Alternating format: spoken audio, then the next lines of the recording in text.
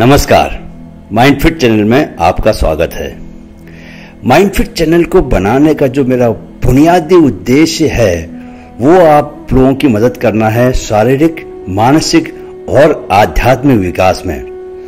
मैं ये मानता हूं कि जो भी मेरे साथ हो रहा है, जो भी मुझे महसूस हो रहा है जीवन में, मैं अपने जीवन में मैं जिस तरह के बदलाव ला पा रहा हूं वो सब आपके जीवन में भी संभव है। मेरी यही कोशिश रहती है। पिछले कुछ समय से मैंने ये पाया है कि मैंने जीवन में नकारात्मक चीजों को जगह देना बिल्कुल बंद कर दिया है। और मैं एक समय पहले, यानी कुछ साल पहले तक, मैं बहुत सी नकारात्मक चीजों के बारे में बहुत देर तक सोचता रहता था और उसकी वजह से मेरे जीवन में तमाम तरह की दिक्कतें, परेशानियां और तकलीफें थी। लेकिन जब से मैंने उस तरह से सोचना बंद किया है, जैसे ही कोई नकारात्मक विचार मेरा दिमाग खटखटाता है, तुरंत मैं आगे बढ़ जाता हूं, उसको जगह नहीं देता, उसको जरा भी सपोर्ट नहीं करता। बिकॉज नकारात्मक विचार क्या चाहता है आपसे? वो स्पेस चाहता है, वो ये चाहता है कि आप रुको, उसके बारे में सोचो। सोचना मना है, सोचना बिल्कुल नहीं है। बिकॉज जब भी आप उसके बारे में सोचोगे, जितना आप उसके बारे में सोचोगे वो उतना भारी होता जाएगा और उतना आपके शरीर के भीतर प्रवेश करेगा। क्या बन के? इमोशन बन के। और इमोशन एक बार अगर भारी बन गया तो उसे निकालना आपके लिए थोड़ा मुश्किल हो जाएगा। तो ये सब बातें, जो बातें मैं खुद से अपने जीवन में अपनाता हूं, उन बातों को आप तक पहुंचाने के लिए कई बार मुझे लगता है कि दूसरे लोगों की मदद की जरूरत मुझे लगती है। तो मैंने शिवानी के आप लोगों को कई सारे वीडियो सुनाए हैं और इसका मैं ब्रह्मा कुमारी श्रेया जी का भी पिछले दिनों मैं एक वीडियो लेके आया था जिसमें उन्होंने बोर्ड एग्जाम देने वाले स्टूडेंट्स के लिए बहुत काम की बातें की थी।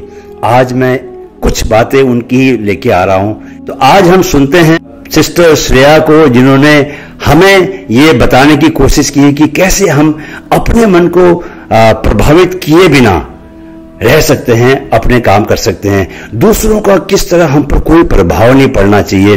और अगर हम निरंतर इस स्थिति में बने रह सके, मानसिक स्थिति में, जहां पर कि हम पर किसी का प्रभाव नहीं पड़ रहा और हम जैसा चाहते हैं, जिस तरह से अपने जीवन को जीना चाहते हैं, जिन सकारात्मक संकल्पों के साथ जीवन को जीना चाहते हैं, उसी तरह अपने जीवन को किसी से प्रभावित हुए बिना जिए।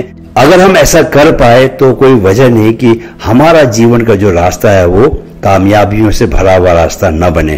तो चलिए पहले सुनते हैं सिस्टर श्रेया को। मूड की बात की आपने, मूड कि किसी का मूड खराब है तो वो अच्छी बात नहीं करेगा। तो हमारे मन जो है बहुत चंचल होता है, इंसान का मन। और मैंने कहीं पढ़ा था कि एक दिन में लगभग 60,000 विचार आते हैं और वो विचार ही क्या होता है, कोई नेगेटिव विचार आ गया तो हम उसकी पूंछ पकड़ लेते हैं, फिर उसी के पीछे घूमते रहते हैं और वो आपका मूड को भी खराब कर देता है। तो क्या कोई तरीका है कि हम इस तरह विचारों से थोड़ा सा बचे रहें और जिसकी वजह से हमारा मूड एक जैसा बना रहे? जी, आपने जो कहा कि ये विचार बंद हो जाए, देखो वो तो हो नहीं सकता क्योंकि मन फैक्ट्री है जो एक के बाद थॉट क्रिएट करता है। तो हम ये सोचें कि संकल्प आने ही बंद हो जाए या हम जीरो थॉट स्टेज पर चले जाएं, वो पॉसिबल नहीं है और मुझे लगता है उसकी आवश्यकता भी नहीं है। कोई भी सीन आती है तो उसमें जरूरी है कि हम सोचें और उसको ठीक रीति से रिस्पॉन्ड करें। तो हमारा जो लक्ष्य है वो ये नहीं है कि संकल्प बंद हो जाए, पर हमारा ये लक्ष्य जरूर है कि हम उसको सही दिशा दे सके, हम उसको परिवर्तन कर सके, हम व्यर्थ को समर्थ दिशा में ले जा सके। फिर आपने बात करी मूड की। अभी हमने ये शो शुरू किया, उससे पहले आप ही अपना बहुत सुंदर किस्सा सुना रहे थे कि सोशल मीडिया पर किसी ने किसी आपके ही दोस्त ने कुछ लिखा आपके बारे में जो बहुत अच्छा नहीं था। अब वो चीज देखो, किसी को ही ले लेते हैं, किसी ने हमारे बारे में लिखा, जिसने लिखा वो तो हमारे कंट्रोल में नहीं है। हर एक का अपनी मर्जी है, हर एक का अपना पर्सपेक्टिव है, ओपिनियन है। हमें हर एक को छुट्टी भी देनी चाहिए। आपको जो लिखना है उनको पूरी छुट्टी है। लेकिन होता क्या है, मैंने वो पढ़ा, चाहे वो 2 लाइन थी या 3 लाइन थी, मैंने वो पढ़ा। इसलिए बहुत ध्यान देना पड़ता है क्या सुनते हैं, क्या पढ़ते हैं। चलो मैंने वो पढ़ लिया, पहले तो अगर मुझे पता चल जाए ना कि कुछ बहुत अच्छा नहीं है तो समझदारी ये होगी कि हम न पढ़े।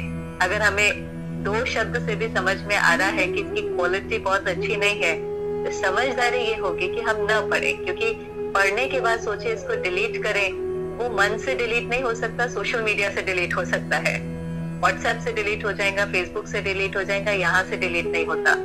फिर भी अच्छा अगर आपने पढ़ लिया तो जो उन्होंने लिखा है, ये बहुत इंपॉर्टेंट है, जो उन्होंने लिखा है वो हमें दुख नहीं देता है। उन्होंने जो लिखा है उसको हम पढ़ते हैं, फिर अपने मन में बार बार रिपीट करते हैं, और जो हम मन में बार बार रिपीट करते हैं वो चीज दुख क्रिएट करती है।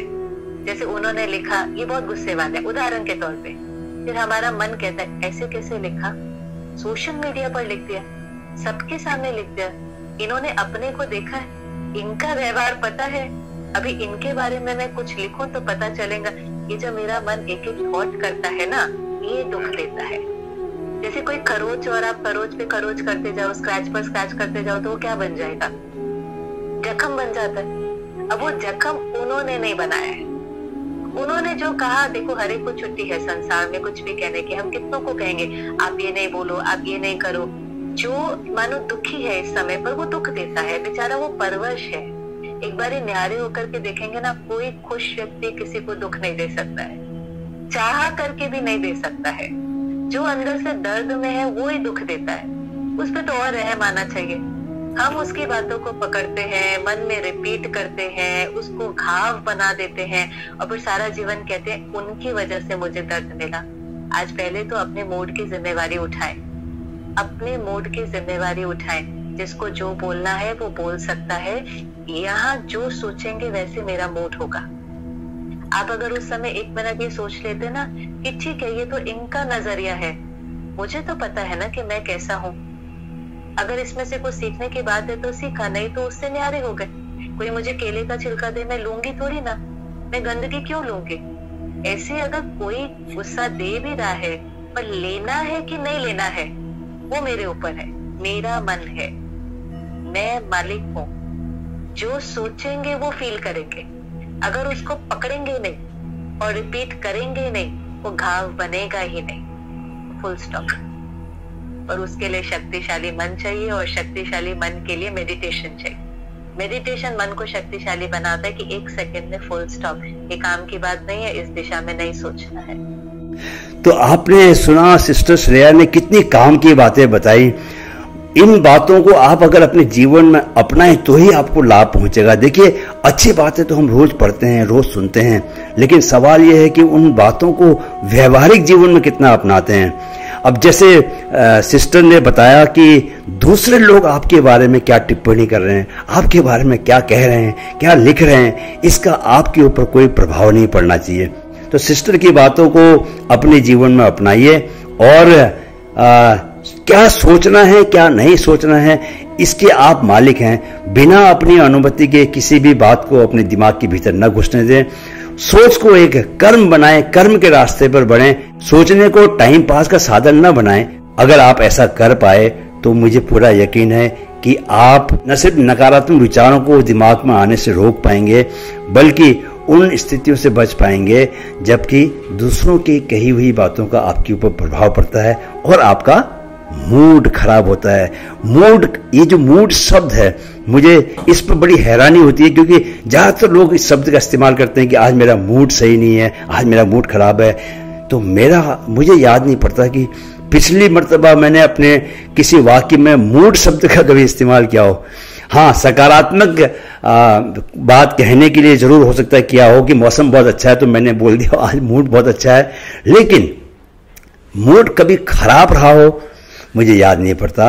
और आप भी उस स्थिति में पहुंच सकते हैं जबकि आपको भी लगेगा कि वाकई हमारा मूड जो है वो हमारा है, हमारा उस पर नियंत्रण रहना चाहिए, दूसरों की बातों का, बाहर की स्थितियों का उस पर कोई प्रभाव नहीं पड़ना चाहिए। मुझे पूरा यकीन है कि आप ये जो मूड कभी खराब ना होने वाला जो रास्ता है उस रास्ते पर आगे बढ़ेंगे और अपने जीवन को आनंदमयी बनाएंगे। वीडियो देखने के लिए बहुत बहुत धन्यवाद।